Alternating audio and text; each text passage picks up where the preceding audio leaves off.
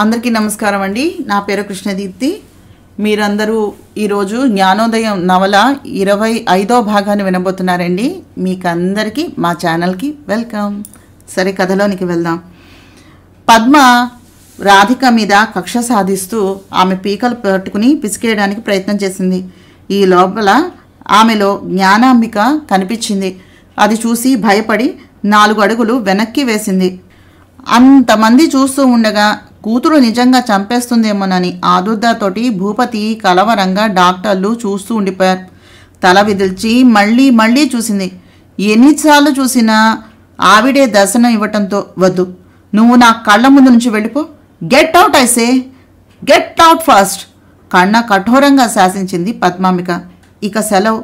చేతులు జోడించి పైట భుజాల చుట్టూ లాక్కుని నిదానంగా నడిచి రాధిక వెళ్ళిపోతూ ఉంటే అంతా బొమ్మల్లా చూస్తూ నిలబడితే ఆమెను అనుసరించి బాల్కనీలోకి వచ్చిన భూపతి అర్జెంటుగా ఓ నెంబర్కు ఫోన్ చేశాడు.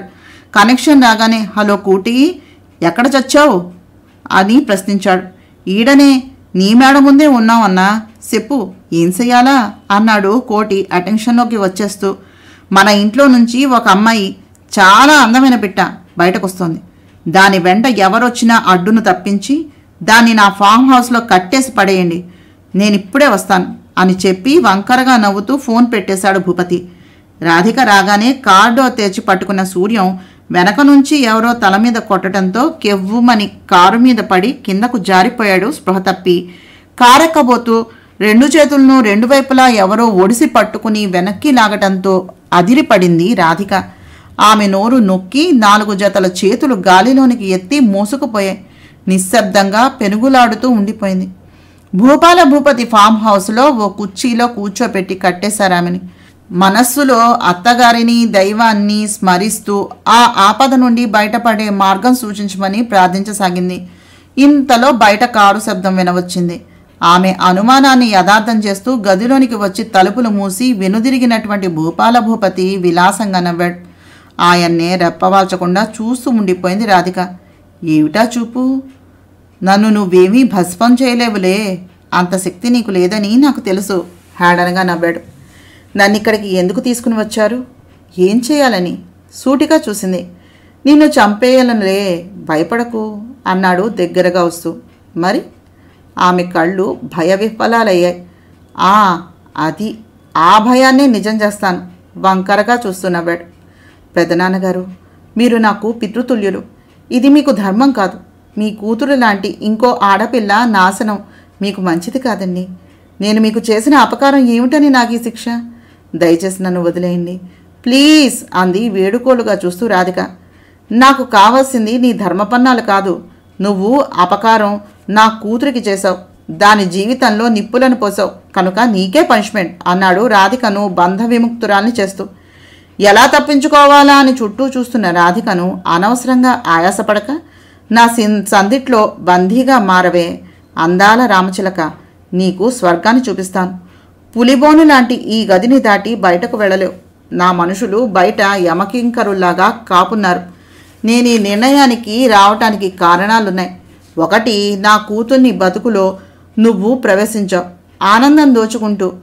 ఏ ఆనందాన్ని దానికి దూరం చేస్తున్నావో ఆ ఆనందాన్ని నీ నుంచి నేను దోచుకుని నిన్ను అపవిత్రం చేస్తాను.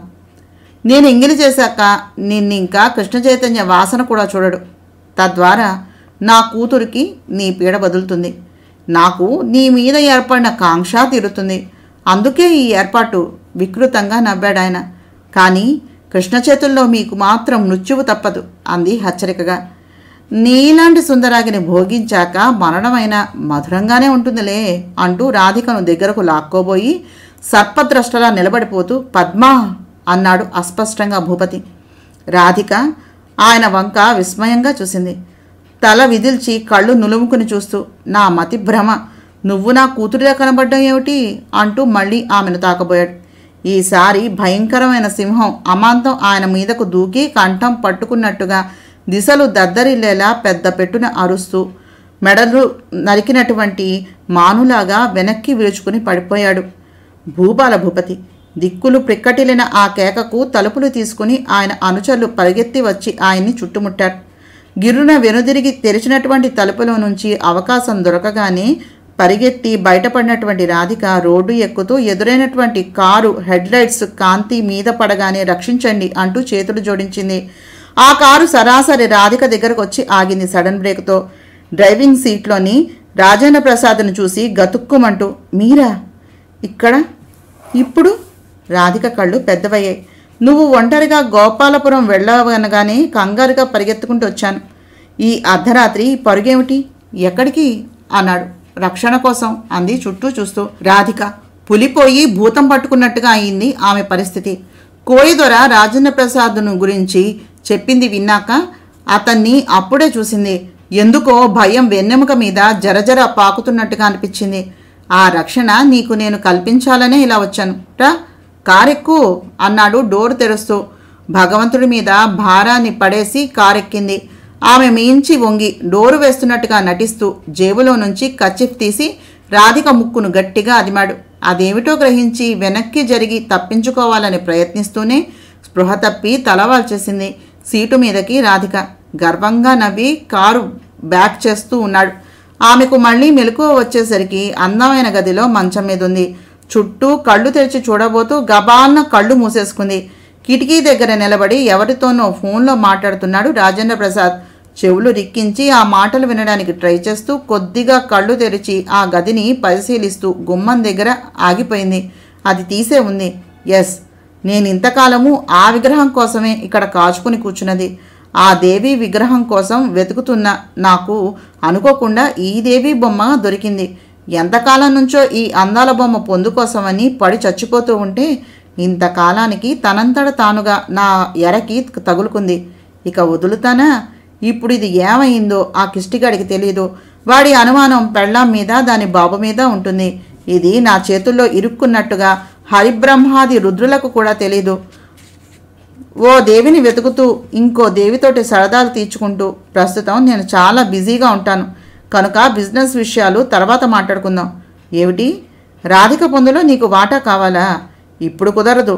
దాని మీద నా మోజు పూర్తిగా తీరి నేను బాంబే చేర్చేలోగా నీకో అవకాశాన్ని ఇస్తానులే. అందాక నోరు మూసుకుని పడి ఉండు. ఓకే? నేను స్నానం చేసి అది లేచేసరికి రెడీగా ఉండాలి. కానీ ఫోన్ పెట్టేసేయ్ అని సెల్ ఆఫ్ చేసి వెనుదిరిగి చూశాడు. రాధిక ఇంకా మెలకువ రాని దానిలా నటిస్తూ ఉన్నా ఆమె హృదయం మాత్రం కంపించిపోతోంది. రాజేంద్ర ప్రసాద్ ఆలోచనలు ఎంత భయంకరమైనవో తెలిసేసరికి ఆమె నవనాళ్ళు కుంగిపోయాయి. ఇక్కడి నుంచి ఎలా బయటపడాలి? భగవాన్ దారిని చూపించు. దైవాన్ని స్మరిస్తూ బాత్రూమ్ డోరు క్లిక్ అన్నప్పుడు చప్పుడు వినిపించి చూసింది. స్నానానికి వెళ్ళినట్టుగా ఉన్నాడు. గదిలో లేడు. ఒక్క ఉదుటన లేచి గబాలన మంచం దిగి తీసి ఉన్నటువంటి తలుపులో నుంచి మెట్ల వైపు పరిగెత్తింది. కింద హాల్లో మందు కొట్టి ఒకళ్ళ మీద ఒకళ్ళుగా పడుకుని పేకలాడుతూ పడి నిద్రపోతున్నారు రాజేంద్ర ప్రసాద్ అనుచరులు. మెట్లన్నీ గబగబా ఉరుకుతున్నట్టుగా దిగిపోయి వాళ్లను తప్పించుకుంటూ వెళుతూ యథాలాపంగా చూసింది ముసలాయన గదివైపు. ఆయన ఇటువైపే చూస్తూ ఉన్నాడు ఆత్రంగా. జమీందార్ రాఘవేంద్ర భూపతి. రాధిక తన వైపు చూడగానే తన దగ్గరకు రమ్మన్నట్టుగా కళ్ళతోనే పిలిచారు. తనకు తెలియకుండానే ఆ గదిలోనికి అడుగులు వేసింది రాధిక. తన మంచం కింద దాక్కోమన్నట్టుగా ఆయన సైగ చేయటంతో ఆయన మంచం కిందకు చేరుకుని నిశ్శబ్దంగా చూడసాగింది. పరిగెత్తే ఓపిక లేదు. ఓ పెద్ద యాపిల్ పండు, చాకు, దానిమ్మ పండు మంచం కిందకి అందించారాయన. ఆయన అభిమానానికి కృతజ్ఞతగా చూసి ఆ 2 పళ్ళు ఆమె కడుపు నింపుకునేసరికి పైనుంచి పెద్ద పెద్ద కేకలు, తిట్లు వినిపించాయి. అనుచరులంతా లేచి పైకి వెళ్ళి రాధిక పారిపోయిందనే వార్తను విని వెతుకులాటకు తలోమూలకు పరిగెత్తారు. డ్రెస్ చేసుకుని హుటాహుటిన రాజేంద్ర ప్రసాద్ కూడా కారు వేసుకుని వెళ్ళిపోయినట్టు శబ్దాలు విన్నాక రాధిక బయటకు వచ్చి సెలవు కోరింది చేతులను జోడిస్తూ. ఆయన వెళ్ళవద్దు అన్నట్టుగా తల అడ్డంగా ఊపి గుమ్మం వైపు చూపించాడు. అక్కడ ఒక బొమ్మ ఉంది. నడుము మీద బిందిని పెట్టుకుని అందంగా నిలబడి ఉంది. రాధిక ఆ బొమ్మ దగ్గరకు వెళ్ళి ఏమిటన్నట్టుగా చూసింది. దాన్ని తిప్పమన్నట్టుగా కుడి చేతిని తిప్పారు. రాధిక ఆ బొమ్మ పీఠాన్ని పట్టుకుని ఎడం వైపుకు తిప్పగానే చిన్న శబ్దంతో గోడలో కబ్బోర్డు జరిగిపోయి దాని స్థానంలో లోపలికి ఏదో మార్గం ఏర్పడింది. రాధిక ఆశ్చర్యంగా చూసింది ఆయన్ని. లోపలికి వెళ్ళు అన్నట్టుగా ఆయన ప్రోత్సాహపూర్వకంగా వేళ్లను ఊపుతూ చూడటంతో ఆ మార్గంలో నుంచి లోపలికి వెళ్ళి గోడ తడిమింది. రాజుల కథల్లో చదివింది చిన్నప్పుడు. ఇప్పుడు స్వయంగా చూస్తూ ఉంటే మతి పోతున్నట్టుగా ఉంది. అక్కడ చక్రం లాంటిది చేతికి తగలగానే తిప్పింది. ఆమె వచ్చిన ద్వారం మూసుకుపోయింది. అయినా భయపడక ధైర్యంగా గోడను తడుముతూ ఉంటే స్విచ్ బోర్డు కనిపించింది. ఓ స్విచ్ నొక్కగానే అక్కడ లైట్ వెలిగింది. చిన్నగా ఓ కారిడార్ లాంటిది కనిపించింది. మలుపు తిరిగే వరకు వెళ్ళగానే పైకి మెట్లు కనిపించాయి. ఆ మెట్లెక్కి వెళ్లేసరికి విశాలమైనటువంటి హాలు వచ్చింది. లైట్లు వెలుగుతూ ఉన్నాయి. జనరేటర్ పనిచేస్తున్నటువంటి సవ్వడి వినిపించింది. ఆ హాల్ పరిశీలిస్తూ టక్కున ఆగిపోయి కెవ్వున కేకను పెట్టబోయింది. అక్కడ ఒక జైలు లాంటి గది. దానిలో గెడ్డాలు మీసాలు పెరిగి కళావిహీనమైన వదనంతో, ఒండి నిండా గాయాలతో, చావు బతుకు కానట్టుగా ఉన్నటువంటి శరీరంతో రాజేంద్ర ప్రసాద్ కనిపించాడు. అతను ఇటే అద్భుతాన్ని చూస్తున్నట్టుగా చూశాడు. అతన్ని చూస్తూ అరవబోయి అతి కష్టం మీద ఆపుకొని ఆ గది దగ్గరకు పరిగెత్తి మీరెవరు అంది. నేనే అసలైన రాజేంద్ర ప్రసాద్ని అంటూ అతను శుష్కహాసాన్ని చేశాడు. అంటే అతను అని వెనక్కు వెయ్యి చూపించి అడిగింది.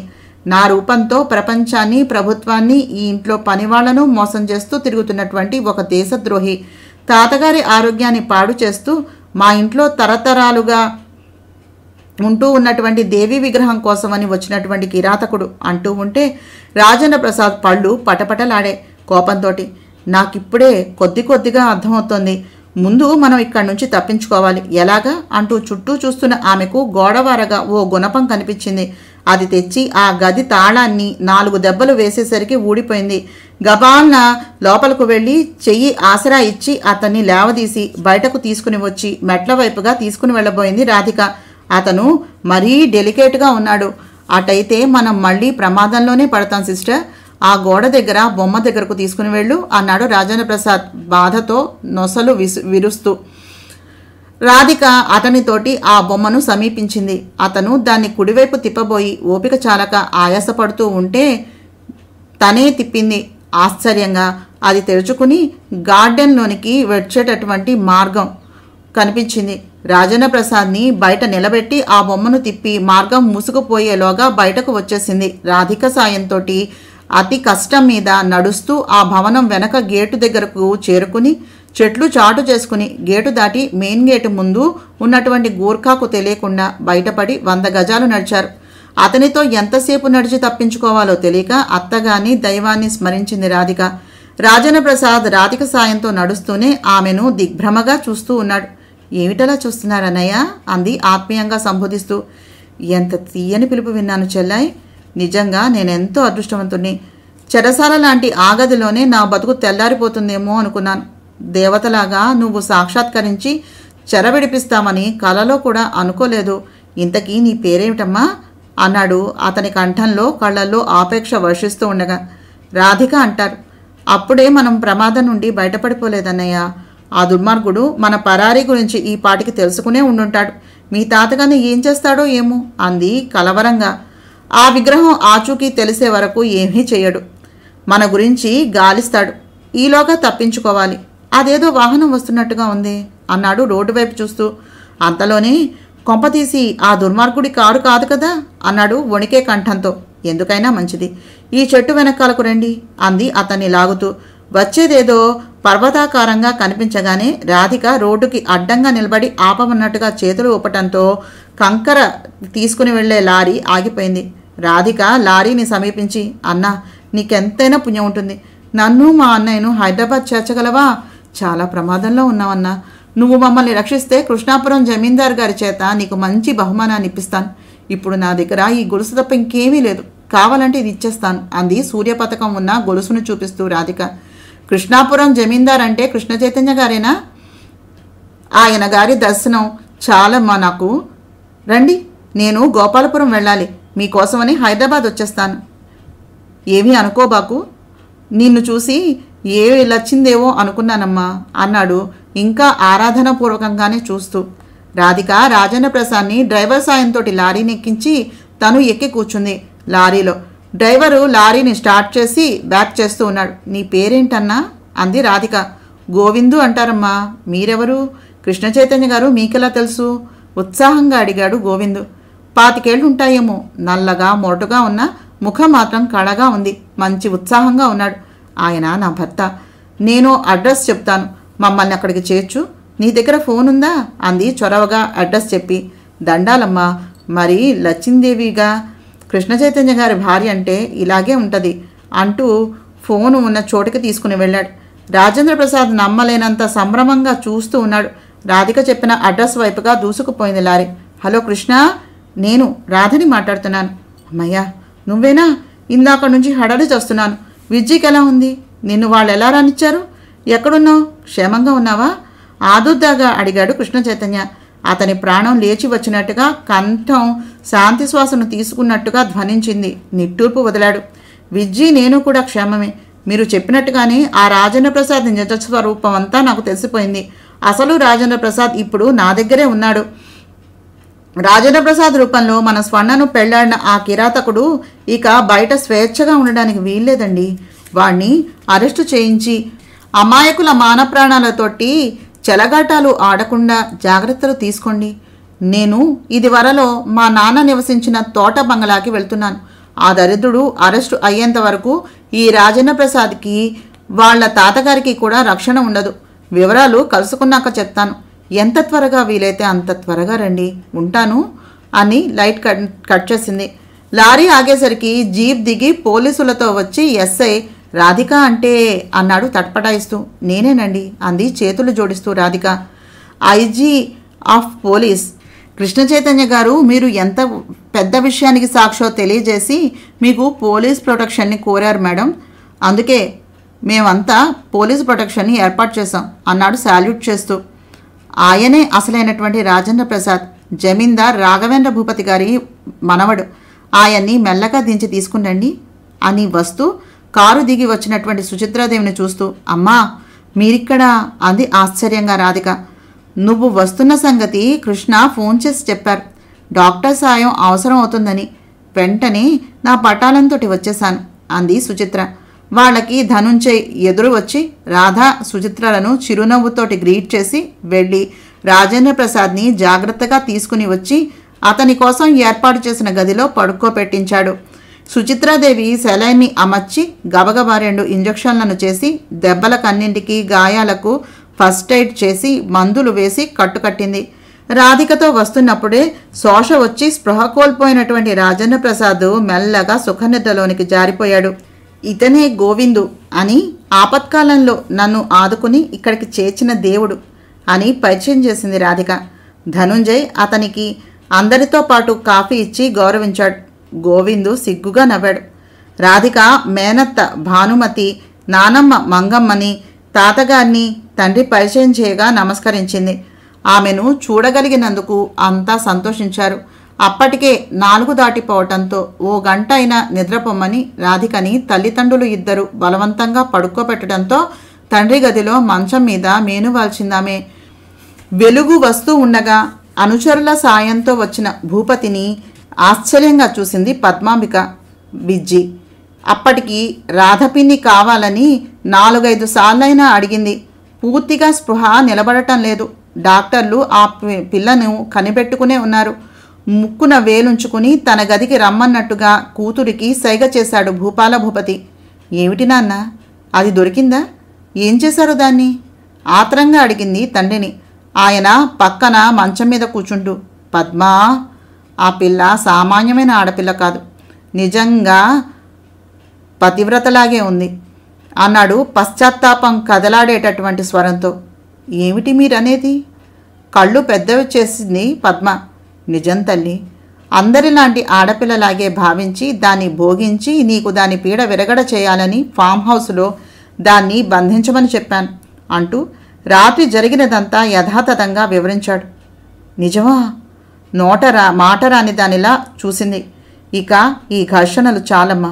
అనవసరంగా మన పంతాలకు విజ్జిని బలిపెట్టకుండా తీసుకెళ్ళిపోతాం. దానికి దాని తండ్రి రాధిక ముఖ్యం. నీకు నీ సంసారం ముఖ్యం. నువ్విక్కడ భీష్మించుకుని కూర్చుంటే అతను రాడు. పూర్తిగా నీ చెయ్యి జారిపోతాడు. ఆ పిల్ల మంచిది కనుక నీ కాపురం నువ్వు ఇన్నాళ్ళు చేసుకోగలిగావు. దానికి ఎలాంటి ద్రోహచింతన లేదు. దాని మనస్సు అద్దంలా స్వచ్ఛంగా ప్రకాశిస్తుంది. కక్ష, కార్పణ్యం, స్వార్థం, ఈర్ష్య, అసూయ ఏవైనా ఉంటే అవి నీకే ఉన్నాయి. దానికి నీకు చెడు తలపెట్టాలనేటటువంటి పాపచింతన ఏ కోసానా లేదు. పైనుంచి నీ శ్రేయస్సు కోసం విజ్జి క్షేమం కోసం పాకులాడుతోంది. విజ్జి తండ్రి కోసం ప్రాణం మీదకు తెచ్చుకుంటే దాన్ని పోగొట్టుకోవడం ఇష్టం లేక వచ్చేశానని వంక పెట్టుకుని నువ్వు వెళ్ళి నీ కాపురాన్ని నిలబెట్టుకో. నువ్వు వెళితే కృష్ణ తప్పకుండా నిన్ను స్వీకరిస్తాడు అన్నాడు కూతురికి నచ్చచెబుతూ. మరి ఆ రాధ మీరు చేయబోయినటువంటి అఘాయిత్యం గురించి ఆయనతో చెప్పేస్తే భయంతో ముచ్చెమటలు పోసే. చెప్పదు. అసలు ఆ పిల్ల ఇంటికి చేరుకుందో లేదో కూడా తెలియదు. అందుకే నీతో నేను వచ్చి రాధను ప్రత్యేకంగా కలిసి క్షమాపణలు చెప్పుకుని కృష్ణకు విషయాన్ని చెప్పవద్దని ప్రాధేయపడి మరీ వస్తాను. ఆ పిల్ల సుగుణాల రాశి, తప్పకుండా నన్ను క్షమిస్తుంది. నన్ను పితృతుల్యుడిగా గౌరవించింది రాత్రి. నాకే కామంతో కళ్ళు మూసుకుపోయాయి. లేకపోతే ఆ పిల్లలో నువ్వు కనిపించటం, ఆ తర్వాత సింహం మీదకు. మై గాడ్, ఆ సంగతి గుర్తొస్తేనే గుండెలు భయంతో జల్లుమంటున్నాయి. పతివ్రతల పాలిట పరమేశ్వరుడు ఉంటాడని విన్నాను, నిన్న కళ్ళారా చూశాను. ఈ జన్మంతా చాలు ఈ అనుభవం అన్నాడు భూపాల భూపతి. సరే అయితే నేను వెళ్ళి ఆ ఏర్పాట్లు చేసుకుంటాను. మీరు కొంచెం రెస్ట్ తీసుకోండి, నేను కూడా ఓ గంట పడుకుంటాను అని వెళ్ళింది పద్మ. రాత్రంతా వెతికిన రాధిక జాడ తెలియక ఇంటికి వెళ్ళలేదని తెలిసాక మళ్ళీ తన ఇంటికి వచ్చాడు రాజేంద్ర ప్రసాద్ వేషధారి. అతను రాధను వెదికే ప్రయత్నంలో ముసలాయన్ని తక్కువ అంచనా వేశాడు. అసలైన రాజేంద్ర ప్రసాద్తో రాధ సురక్షిత ప్రదేశానికి చేరుకుందని అతను ఏమాత్రమూ అనుమానించలేకపోయాడు. అందుకే అంత తెలివి తక్కువగా కృష్ణాపురం కోటలో సువర్ణ అంతఃపురంలోనికి అలవాటుగా ప్రవేశిస్తూనే నిర్ఘాంతపోయాడు. సమయం 10 కావస్తోంది.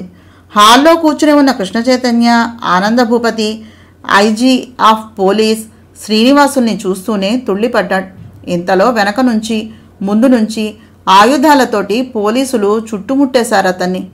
హలో రాజేంద్ర ప్రసాద్ అలియాస్ రాహుల్, స్వాగతం సుస్వాగతం హేళనగా ఎత్తి పొడుపుగా నవ్వుతూ పలకరించాడు కృష్ణ చైతన్య. తండ్రి అన్న పోలీసులతో వచ్చి మాటేసిన దగ్గర నుంచి భయభ్రాంతుల పైనుంచి చూస్తూ ఉన్న సువర్ణ భర్తను చూడగానే గబగబా కిందకొచ్చి అతన్ని సమీపించి ఏదో చెప్పబోయింది. వెంటనే ఆమెను చేత్తో చుట్టి జేబులో నుంచి లాఘవంగా తీసిన రివాల్వర్ స్వర్ణ కణతకు గురిపెట్టి బెదిరిస్తూ మర్యాదగా తప్పుకుని దారి ఇవ్వకపోతే దీని తల పుచ్చకాయలాగా పేలిపోతుంది అన్నాడు కటువుగా చూస్తూ. స్వర్ణ భర్తలో మరో మనిషిని స్పష్టంగా చూస్తూ నివ్వెరపోయింది. అంతా ఉలిక్కి పడ్డారు. స్వర్ణకి అతని గురించి ముందుగా జాగ్రత్తలు చెప్పనందుకు అప్పుడు చింతిస్తూ రాజేంద్ర ప్రసాద్కి దారి ఇచ్చారు. ఆమెను నెట్టుకుంటూ తను దిగినటువంటి కారు దగ్గరికి వెళ్ళబోతున్నాడు. అతని దృష్టి అందరినీ వాచేస్తోంది, కానీ కృష్ణ చైతన్యను విస్మరించాడు. అతి సునాయాసంగా తన రివాల్వర్తో రాజేంద్ర ప్రసాద్ కుడి చేతిని కాల్చేశాడు కృష్ణ చైతన్య. భుజంలోనికి రివాల్వర్ గుండు దూరగానే కెవ్వుమంటూ రివాల్వర్ వదిలేశాడు డూప్లికేట్ రాజేంద్ర ప్రసాద్. ఆనందభూపతి కూతుర్ని గబాన్న తన దగ్గరకు లాక్కున్నారు. గాయపడిన చేత్తో పారిపోతున్న అతన్ని ఒడిసి పట్టుకుని పోలీసులకు అప్పగించాడు కృష్ణ చైతన్య. సరిగ్గా అప్పుడే తండ్రిని కూతుర్ని తీసుకుని వచ్చిన పద్మాంబిక రివాల్వర్ మూతకు కారాపించి దిగి విజ్జీతోటి భర్త దగ్గరకు పరిగెత్తుకుంటూ వెళ్ళింది. అనుసరించాడు భూపతి. ఏమిటండి ఇదంతా? ఎందుకు అన్నయ్యని అరెస్ట్ చేస్తున్నారు అంది అయోమయంగా. డాడీ అంటూ కృష్ణ చైతన్యను అల్లుకుపోయింది విజ్జి. నా తల్లి వచ్చావా? నేనే వద్దాం అనుకుంటున్నానురా. ఎలా ఉంది జ్వరం, తగ్గిందా అన్నాడు కూతుని ఎత్తుకుని ఒళ్ళంతా చూస్తూ. రాధ కుంకుమ తెచ్చి పెట్టగానే తగ్గిపోయింది. నా మూర్ఖత్వానికి అదెక్కడ బలైపోతుందో అనే భయంతో తీసుకుని వచ్చేశాను అంది పద్మ. పోన్లే, ఇప్పటికైనా ఆ విషయం గ్రహించినందుకు చాలా థ్యాంక్స్. ఉండు, వీణ్ణి అరెస్ట్ చేయించి వస్తాను. విజ్జి జాగ్రత్త అంటూ కూతుర్ని భార్యకు ఇచ్చి తను కూడా వెళ్ళాడు. అప్పటికి రాజేంద్ర ప్రసాద్ని చేతులకు బేడీలు వేసి అరెస్టు చేశారు. గాయపడిన చేతి నుంచి కారే రక్తంతో బాధతో దొల్లి ఏడుస్తున్నటువంటి అతన్ని వార్తా పేపర్ల వాళ్ళందరూ ఫోటోలు తీస్తూ చుట్టుముట్టారు. పోలీసులతో వచ్చిన డాక్టరు రివాల్వర్ గుండు తీశాడు. ఇంజెక్షన్స్ చేసి అక్కడే ఐజీ రాజేంద్ర ప్రసాద్ ముక్కు పట్టుకుని గట్టిగా ఓడలాగగానే అతని ముఖానికి ఉన్న మాస్కు ఊడి వచ్చింది. ఆ మాస్కు తొలగగానే అతని ముఖం చూసి ఆనంద భూపతితో పాటు అక్కడ ఉన్న వాళ్ళంతా భయంతో కెవ్వుమన్నారు. స్వర్ణ అయితే ఏకంగా మూర్ఛపోయింది. కారణం అతని ముఖం అంతా చెదలు తినేసినట్టుగా కంతులతో, కాయలతో, మచ్చలతో చాలా భయంకరంగా, అసహ్యంగా ఉంది. పగలు చూస్తే రాత్రి కలలోకి వచ్చే ప్రేతాత్మలా ఉన్నాడు. వెంటనే అతన్ని ఫోటోలు తీసేశారు. కృష్ణ చైతన్యకు, ఆనంద భూపతికి వీడ్కోలు చెప్పి రాహుల్ తోటి పోలీస్ బృందం అంతా వెళ్ళిపోయింది. మూర్ఛపోయిన స్వర్ణను తీసుకుని కృష్ణ చైతన్య బయలుదేరుతూ ఉంటే, ఎక్కడికి అంది పద్మ. వచ్చాక చెప్తాను, నువ్వు వెళ్ళి విజయ్ని జాగ్రత్తగా చూసుకో. బావగారు, పద్మ సందేహాలు మీరు తీర్చండి అని శ్రీనివాస్కి అప్పచెప్పి తండ్రితో పాటుగా కారులో బయలుదేరి వెళ్ళిపోయాడు కృష్ణ చైతన్య. పూర్ణ, పద్మ, కనకాంబికలకు వాళ్లతో పాటు భూపాల భూపతికి విషయాన్ని వినిపించాడు శ్రీనివాస్. కృష్ణకి రాత్రి రాధ నుంచి ఫోన్ వచ్చిందట. అసలైన రాజేంద్ర ప్రసాద్ నా దగ్గర భద్రంగా ఉన్నాడు. మన స్వర్ణను పెళ్లి చేసుకున్న ఈ నకిలీ రాజేంద్ర ప్రసాద్ని వెంటనే అరెస్టు చేయమని రాత్రికి రాత్రే హెలికాప్టర్లో వచ్చేశాడు కృష్ణ చైతన్య. ఐజీతో సంప్రదించి డెడ్ హ్యాండెడ్గా పట్టుకోవాలని పథకం పన్ని కూర్చున్నాడు. పాపం స్వర్ణ బతుకు ఏమవుతుందో ఏమో అన్నాడు శ్రీనివాస్. రాధిక అంతవరకు కృష్ణాపురం చేరుకోలేదని తెలిసి శాంతిశ్వాస తీసుకున్న పద్మ భూపతులకు ఇప్పుడు కొత్తగా బెంగ మొదలైంది. రాధాకృష్ణలు కలుస్తున్నారుగా, రాధ విషయాన్ని చెప్పేస్తుందేమో అని. అన్నయ్య లేచారా? మొహాన్ని వాష్ చేసుకోండి అంది రాధిక స్టూల్ మీద ఉన్న అన్ని ఏర్పాట్లు ఇస్తూ. రాధిక సాయంతో ముఖం కడుక్కున్నాడు. తర్వాత రాజేంద్ర ప్రసాద్ని ధనుంజయ్ తీసుకుని వెళ్ళి స్నానం చేయించి తీసుకుని వచ్చాడు. ఆయన సాయంతో ఆయన లుంగి, షర్టు వేసుకుని కూర్చున్న అతనికి వేడివేడి ఇడ్లీ పట్టుకుని వచ్చి పెట్టింది రాధిక. సుచిత్రాదేవి రాత్రి తెల్లవాళ్ళు అతన్ని కనిపెట్టుకుని ఉండి సెలైన్లను ఎక్కించి అతనిలో కాస్త ఊపిరి వచ్చింది అన్నాక స్థిమితపడి వెళ్ళి పక్కనే ఉన్న బెంచి మీద పడుకుంది. 7ంటికి కాఫీ టిఫిన్లు పూర్తయ్యాక రాజేంద్ర ప్రసాద్ రాధిక 2 చేతులు పట్టుకుని, ఇది నేను ఏ జన్మలో చేసుకున్న సుకృతమో చెల్లి, నన్ను తీసుకుని వచ్చి దగ్గర నుంచి నువ్వు కళ్ళల్లో పెట్టుకుని కాపాడుతూ ఉన్నారంతా. మీ ఫ్యామిలీకి నేను ఏమిచ్చి రుణం తీర్చుకోగలను? మన ఇద్దరికీ పరిచయం లేదు, బంధుత్వం లేదు, స్నేహం లేదు. ఏమీ లేకుండానే నన్ను ఇంత కరుణా వాత్సల్యాలతోటి చూడటానికి నా అదృష్టం ఏమిటో, అర్హత ఏమిటో నాకు అర్థం కావట్లేదు అన్నాడు కృతజ్ఞతతో అంజలిని ఘటిస్తూ. పరిచయం, స్నేహం, బంధుత్వం అన్నీ ఉన్నాయన్నయ్య. నీతో కాదు, నీ ఫ్యాషన్లో మా ఫ్యామిలీలో ప్రవేశించినటువంటి ఆ దౌర్భాగ్యుడికి మాకు విడదీయరాని బంధమే ఉంది. అదంతా తర్వాత చెప్తాను, నువ్వు బాగా కోలుకున్నాక. అంతవరకు కళ్ళు మూసుకుని విశ్రాంతి తీసుకో అంది అతన్ని వెనక్కి వాల్చి పడుకోబెట్టి రాబోతూ. గుమ్మంలోని కృష్ణ చైతన్యను చూసి కృష్ణ అంది సంభ్రమంగా పరిగెత్తి వెళుతూ. రాధా చేతులు చాపి రాధికను అమాంతం దగ్గరకు లాక్కుని గుండెలకు ప్రాణంలా హత్తుకున్నాడు కృష్ణ చైతన్య. కృష్ణ చైతన్యను చూసి లేచి కూర్చున్నాడు రాజేంద్ర ప్రసాద్. కృష్ణ చైతన్య గుండెల్లో ఒదిగిపోతూ చూసింది రాధిక అతని వెనక్క లోపలికి వస్తూ ఉన్న ఆనంద భూపతిని. అరే, మామయ్య కూడా వచ్చారా? మరి చెప్పరేం కృష్ణ, అలా గుమ్మంలో నిలబెట్టేయడమేనా మర్యాద అంటూ రండి మామయ్య అంది సంతోషంగా ఆహ్వానిస్తూ పైట భుజాల చుట్టూ కప్పుకుని. ఎందుకమ్మా నన్ను చూడగానే ఈ మర్యాదలు? నాకు కావాల్సింది నీ మర్యాద మన్నన కాదు తల్లి, నీ ఆపేక్ష, అభిమానం. నన్ను నీ కన్న తండ్రిలా భావిస్తే చాలు. నేను నీకు దూరం కాననే సంతోషం చాలు. ఇదే ఈ వృద్ధాప్యంలో నాకు మీరిచ్చేటటువంటి అసలైన ఓదార్పు అన్నారు సున్నితంగా మందలిస్తూనే ఆ గదిలోనికి వచ్చి ఆనంద భూపతి. కృష్ణ, ఈయనే అసలైన రాజేంద్ర ప్రసాద్. అన్నయ్య, మా వారు కృష్ణ చైతన్య. ఈయన మా మామగారు ఆనంద భూపతి అంటూ భర్తని, మామగారిని కూడా పరిచయం చేసింది రాధిక. ఆనంద భూపతికి చేతులను జోడించి కృష్ణ చైతన్యతో కరస్పర్శన చేస్తూ గ్లాడ్ టు మీట్ యూ అన్నాడు వికసిత వదనంతో. Same to you. ఇది వరకు నన్ను ఎప్పుడైనా చూసారా అన్నాడు కృష్ణ చైతన్య అతని కళ్ళల్లోనికి లోతుగా పరీక్షగా చూస్తూ. ఇదే ఫస్ట్ టైం. నా విద్యాభ్యాసం అంతా అమెరికాలోనే జరిగింది. నేను 3 ఏళ్ల క్రితం ఇక్కడికి వచ్చాను. ఇండియా వస్తూనే ఆ దుర్మార్గుడి కమంద హస్తాల్లో ఇరుక్కుపోయాను. రాధ రాకపోతే నా బతుకు ఆ జైల్లోనే తెల్లవారిపోయేది అన్నాడు గిర్రున నీళ్లు తిరిగే కళ్ళతోటి రాజేంద్ర ప్రసాద్. సరే సరే, అవన్నీ తర్వాత మాట్లాడుకుందాం. Now you can take rest my boy అనేసి అతని భుజాన్ని నొక్కి రాధను, తండ్రిని తీసుకుని బయటకు వచ్చి తలుపు చేరవేశాడు. ఆ తర్వాత రాధను, స్వర్ణని పడుకోబెట్టినటువంటి గదిలోకి తీసుకొచ్చాడు. అరే, ఇదేమిటి? స్వర్ణకేమైంది? ఆదుర్దాగా ఆమెను ముట్టుకుని చూసింది. కృష్ణ చైతన్య జరిగినదంతా చెప్పాడు. ఇప్పుడు ఈ పిల్ల బతుకేమిటో నాకు అర్థం కావట్లేదు రాధా. కృష్ణ వద్దంటున్నా వినకుండా ఈ పెళ్లి చేసినందుకు శిక్ష అది నేను కూడా అనుభవించవలసిందే అంటూ ఉంటే ఆనందభూపతి కంఠం రుద్ధమైంది. బెంబేలు పడకండి మావయ్య, ధైర్యంగా ఉండండి. సమస్యను సృష్టించిన దైవమే పరిష్కారాన్ని కూడా చూపిస్తాడు అంది సాలోచనగా. ఆమె మస్తిష్కంలో ఓ ఐడియా మెరుపులాగా మెరిసింది. ఏమిటి రాధా, ఏం చేద్దామని? నీకేదో ఐడియా వచ్చినట్టుగా ఉందే అన్నాడు కృష్ణ చైతన్య ఆమెనే రెప్పవాల్చకుండా చూస్తూ. రావడం అయితే వచ్చింది, వర్కౌట్ కావాలిగా. నేనేం చేసినా నాకు మీ ఇద్దరి సహకారము కావాలి అంది భర్తను మామగారిని చూస్తూ. మరి ఆ ఆలోచన ఏమిటి? స్వర్ణ బతుకు బాగుపడుతుందా? రాధ పద్మతండ్రి భూపాల భూపతి చేయబోయినటువంటి అకృత్యం గురించి కృష్ణకు చెబుతుందా? తర్వాత ఎపిసోడ్లో చూడాలి. మరి ఉంటానండి. తప్పకుండా మా ఛానల్ సబ్స్క్రైబ్ చేసి, షేర్ చేసి, లైక్ చేసి, కామెంట్ చేయండి. నమస్తే.